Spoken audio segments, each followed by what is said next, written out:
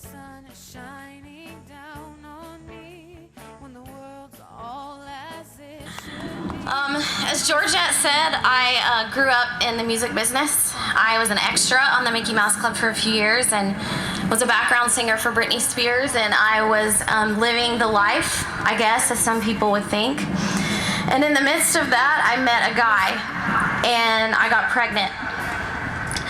And I grew up in church. I knew that abortion was wrong, but I felt at that point that I had no choice. So I called a friend of mine, and she drove me to the abortion clinic, and I had an abortion, and I promised that I would keep it a secret for the rest of my life. A month later, I found out I was pregnant again. There's a very high percentage when a woman has one abortion that she'll have more than one. And unfortunately, I'm part of that percentage. This time I told my boyfriend. He drove me to the clinic and he waited for me, and the two of us left in complete silence, drove home, and never spoke of it again until 2 weeks later I realized that something wasn't right. And I made an appointment with my doctor, and I went in and she did a series of tests, and one of the tests she put me under anesthesia, and when I woke up my doctor was crying. And I was very startled and asked her why she was crying, and she said, "You had an abortion, didn't you?"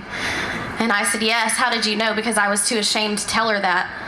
And she said, "I found hands and feet inside of your body."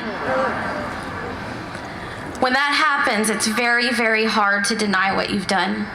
Calling it a clump of cells or a fetus or any of those terms that we use to deny that it's a child, can't do that anymore when you find hands and feet of your baby inside. So I began a downward spiral into depression, alcoholism, suicidal thoughts and tendencies, and fast forward a few years and I got married, and together the two of us ended up in church. And I met Jesus Christ, who loves to save sinners. Amen. And I began a journey of dealing with different things in my past and still not really wanting to talk about abortion. And I was actually leading worship in a church, and a lady approached me and said, "I'm doing a Bible study in my house and I really would like for you to come." And I said, "That's great. What is it?" And she said, "It's for women who've had abortions." I had never told anyone. And she said that God had showed her that I was supposed to be there, and she was trusting that she had heard him. So I began this Surrendering the Secret Bible study. And one of the exercises that you do in that Bible study is you pray and you ask God the gender of your children or your child, and you name them. And it helps part of the grieving process. And so I prayed, and I felt like God said that our babies were girls, and we named them Goodness and Mercy. For surely goodness and mercy shall follow me all the days of my life. Amen. So I went on about life, and I carried on and didn't really think much about the abortions. I thought about my children quite often, and one Saturday I found that people were talking about abortion on Twitter, and they were using the hashtag "I had an abortion," and they were saying things like, "I had an abortion, not only did I have one, I've had 22.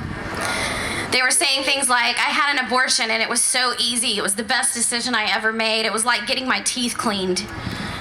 And I was in shock about what they were saying, and so I wrote my own. I'm kind of feisty. So I said, okay. So I wrote, "I had an abortion. They didn't get all of the baby, and it ruined my life." And within a few minutes, I was under attack. And so I realized that this group that I thought was for women, and was for our stories and for our truths, no matter what they be, no matter what they are, I realized they didn't want my story to be told. So, because I'm feisty, I wrote a blog, and I called it, "I Had an Abortion and I Hate Myself." And I talked about how even though I know that I'm forgiven, there isn't a day that I don't lay my head on the pillow at night and think of my children. There isn't a day that I don't have regret for what I did. And within 72 hours of posting that blog, it had been seen by hundreds of thousands of people. It had been translated into 25 languages. And it had been seen by the Silent No More Awareness campaign. And so they contacted me and asked me if I would be a spokesperson. And after prayer and after talking to my husband, that's what I did. And so 3 years ago, I started traveling and telling my story and talking about goodness and mercy and telling people that not only does abortion kill a baby, it hurts women. And so for goodness and mercy, and until abortion is ended, I will be silent no more. Thank you.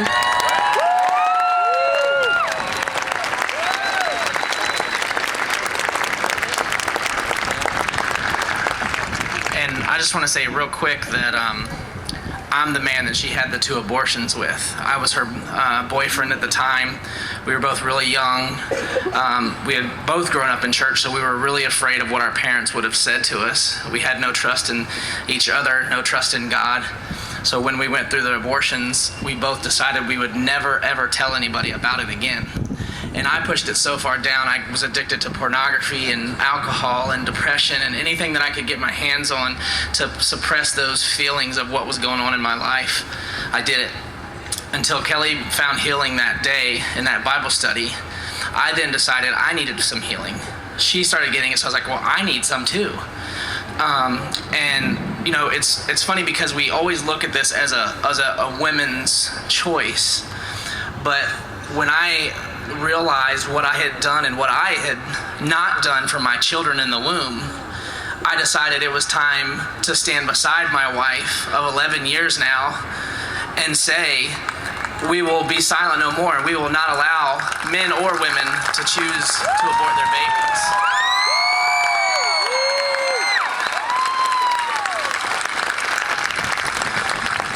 So not only is it a miracle that we got married, but we've been married for 11 years. We have 2 beautiful children.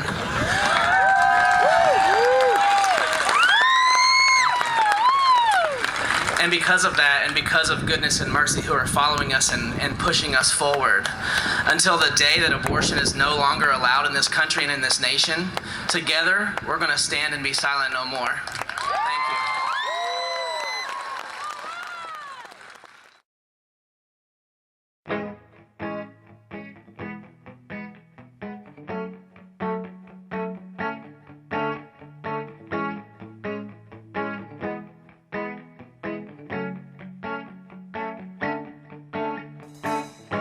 Blessed be your name in the land that is plentiful, where your streams of abundance flow.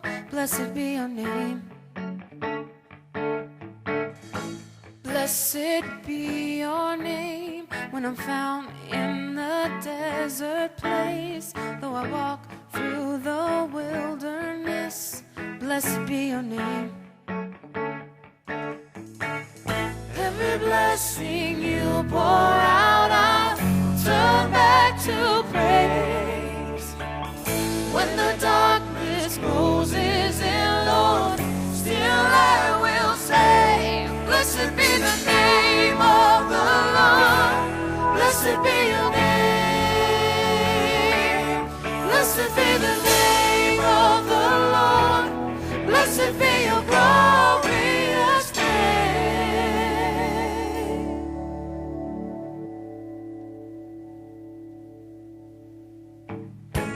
Blessed be your name when the sun is shining down on me, when the world's all as it should be. Blessed be your name. Blessed be your name when the roads are marked with suffering, though there's pain in the offering. Blessed be your name. Every blessing you poured out, I'll turn back to praise. When the darkness closes in, Lord, still I will say, blessed be the name of the Lord. Blessed be your name. Blessed be the